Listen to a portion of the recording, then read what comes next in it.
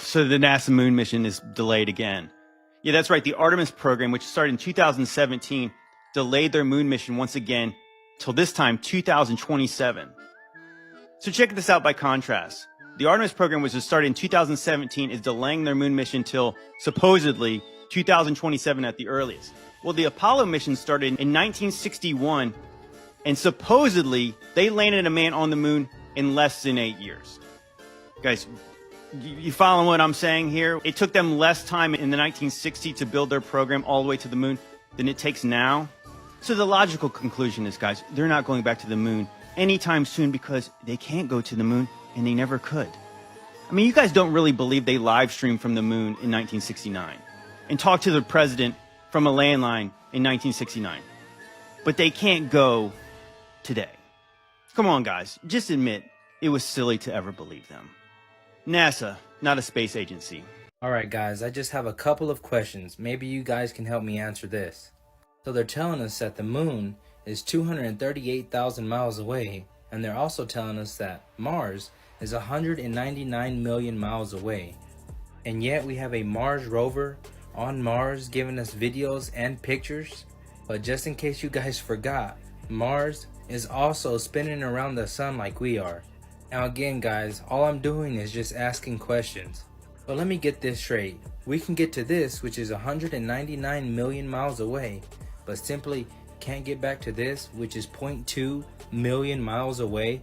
Oh, that's right. NASA and their astronauts saying that we can't get back to the moon because we lost the technology. But yet, we can get to this, let me remind you, which is 199 million miles away. But it just keeps getting worse and worse. They're also saying that the moon is tidally locked to the earth, which we will never get to see the other side of it. It doesn't make sense because the theory of gravity that they use. But let's just say what they're saying is true, that the moon is a dusty rock in outer space that you can physically land on. Then why can't we land a device on it and we can all watch Earth spin? Because I mean, it is the same face we see every single day and every single night. They're telling us that we'll never get to see the other side of it. So it would only make sense that we could land something on it and we could all watch Earth spin. Again guys, it's super crazy of them to say that we could land on this, which is 199 million miles away, that we have a Mars rover on Mars giving us videos and pictures, but simply can't get back to this. But if you ask me, Mars might be a lot closer than we might think.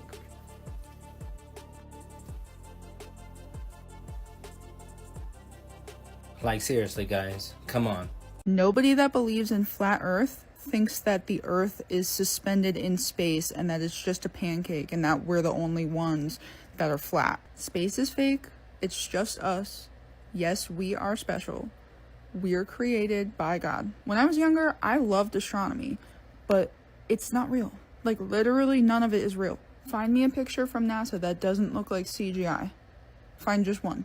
M. Compton Encyclopedia, edition 1954 maps. This is from 70 years ago. An altered knowledge. I recommend getting at least a 50-year-old encyclopedia set or older for anyone looking for real truth. Check out what a difference a decade makes. We got these two encyclopedias. They're 10 years apart. One's 1950 and the other one's 1960. Check this out. We got these at a thrift store. No, we didn't. Down in dumpster dive. Okay, whatever. It's a flat map, guys. Flat map. 1950s. 1950 Encyclopedia Americana. Look at that.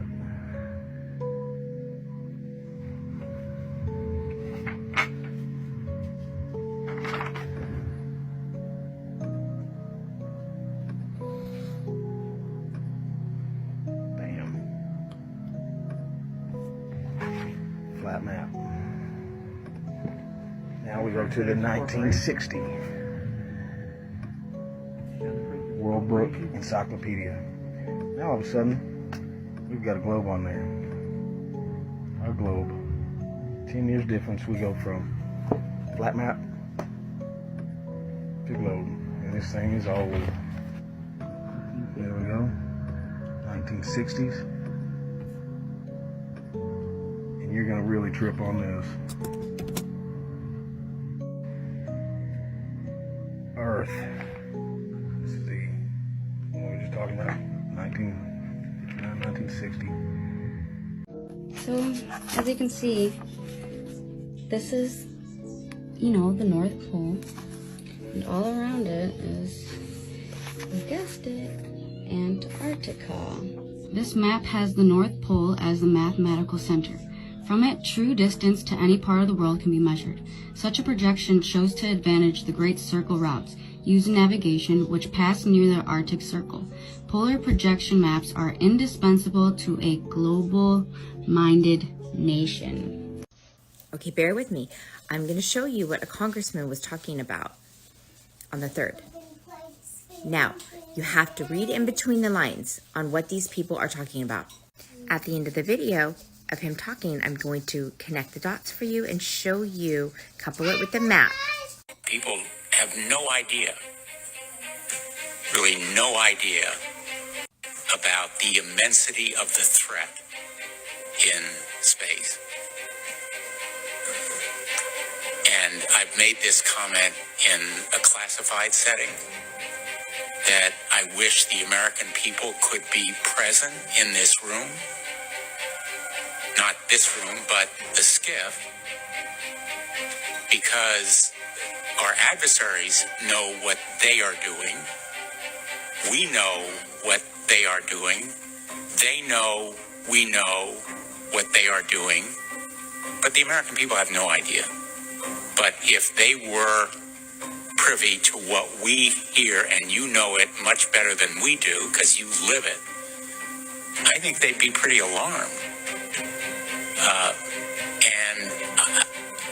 This is not by way of criticism of you, because you're living with the strictures of what is classified and not. But I think we have a real obligation to explain to the American people why space is a domain that matters, why the threats there are real and urgent, why they are growing in importance. So I think we all agree here that space is an important domain. Undersea warfare is an important domain. You may need to pause to read this, but he is warning people. Shortly after that, they came up with the treaty. These are all the people that are part of the treaty. You may need to pause and zoom in on all of these. So basically, the treaty says that we cannot go past the 60 degrees south, which is right here in the water. Right in the water, right in between all the lands and the ice wall. If you go on Yale University, their website, you're able to pull this up, and it'll have the little indicators that show you where the 60 degrees south is in the water. They're literally watching you. There are sensors in the water. Couple that with the satellites that are watching you from the air. As soon as you get off your continent, whatever rock you're living on, and you get too far out there in the water, they're watching you. They will come and they will turn you around. Now, unless you pay thousands, tens of thousands of dollars to take a guided tour to the peninsula, right? Or a guided flyby, you cannot independently go and explore Antarctica. If you work there, there are protocols that you have to follow where you have to stay at your science lab. Now, they say they have the treaty to protect the patient and also to keep the peace. But keep the peace from who exactly? And because I know you guys won't go look things up for yourself, I'm going to go ahead and show you where the 60 degrees south is on the map. And I'm going to show it to you in the treaty. The provisions of this treaty shall apply to the south, 60 degrees south. All ice shelves. Coming back to the Gleason's map, now I'm going to zoom in on it for you. 60. Arctic Circle. This is the ice wall. Keep in mind, these world organizations use that map as their logo. They all know.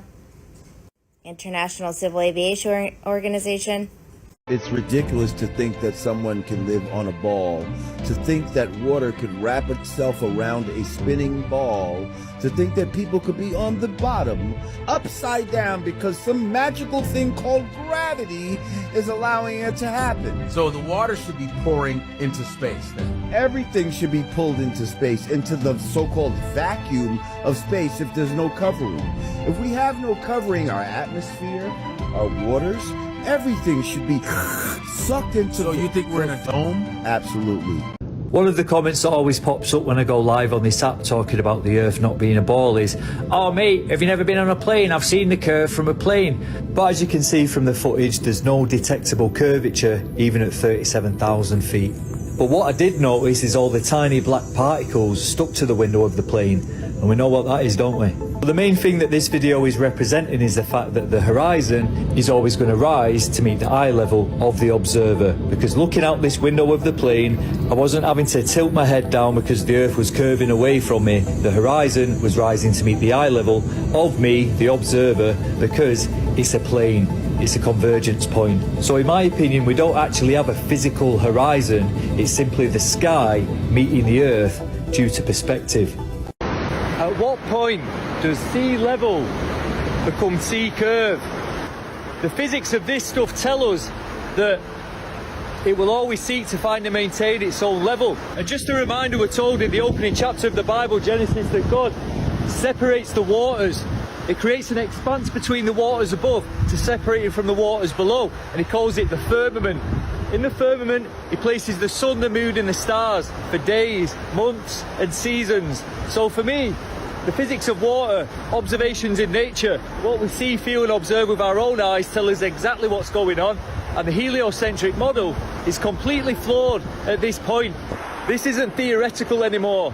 We can see what's going on, because the truth is always in plain sight, as it always has been. And the deceivers of the world, they're struggling now. They're panicking because we're starting to see through the lies. And on the other side of the lies being torn apart and the truth being told, we have the freedom. I've made this 3D model a while ago, but I think it's best if I show it again and explain it better this time. This is the correct dimensions they give us for the Earth, and it's 12,742 kilometers across. I've done it full size in Blender, even though it can give bugs. You know, it becomes a bit weird, but I wanted it to be accurate. Alright, so as we zoom in, I've made the Willis Tower, which is here on Lake Michigan. And when we go close to it, we'll go down to the ground level. I have put this horizon line here. Okay, so this is what reality does, is the horizon rises to eye level. So as we ascend up, you'll see the horizon stays right where it is, and we keep going up, horizon stays there. But you'll notice the Earth dropped down. With a physical curvature, you would have a physical horizon that drops down as you go up in altitude. And so if I turn this horizon line off, you can still see the Earth drops down.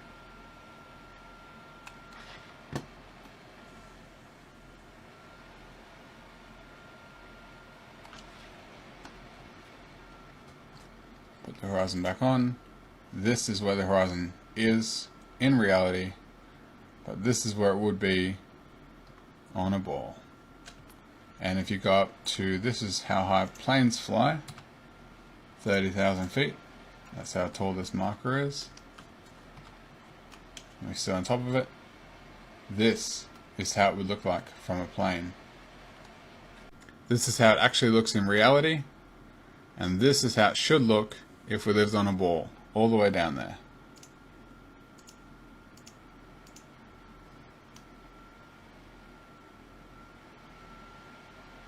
So as you ascend more, you'll see the horizon keeps dropping down because you're on a physical ball. But reality demonstrates that it's flat. the horizon rises to eye level in reality, but that wouldn't be the case if we lived on a ball. They've lied to you, and I'm trying to help.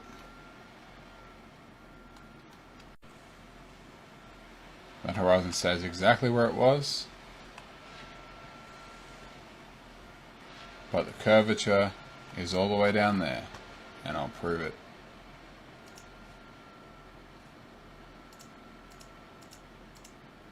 I hope this has helped, and I'm sorry to be the bearer of bad news, but you deserve the truth.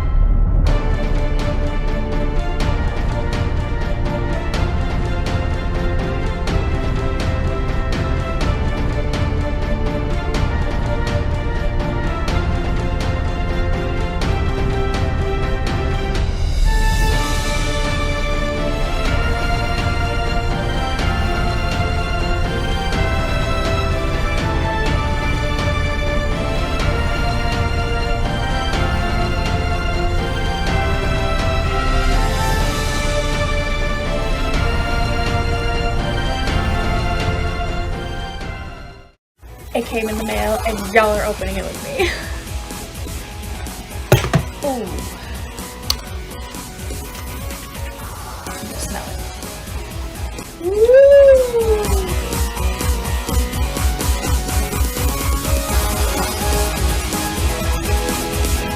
Here we go. The flat Earth map dates back over 1,000 years. This map is credited to being created by a Persian astronomer. His name was Al-Biruni, and he lived between 973 AD to 1048 AD. It's the official map of the United Nations and also the United States Geological Survey. It used to be present in many places before the creation of NASA and the Antarctic Treaty in 1959. Here you see it with Admiral Byrd. This map has been restored by Dmitry from Russia with suggestions of mine, Idialenkar. Known by my YouTube channel Flat Earth Banjo, I asked Dmitry to include the Bermuda Triangle and Point Nemo, a place deep in the Pacific where NASA buries rockets. Then Robert Tozzi, a professional mapmaker, came along and enhanced the map even more. There are many people now selling this map online, but if you could order it from my online store, I would greatly appreciate it. Visit my online store now and order one of the items. I humbly thank you.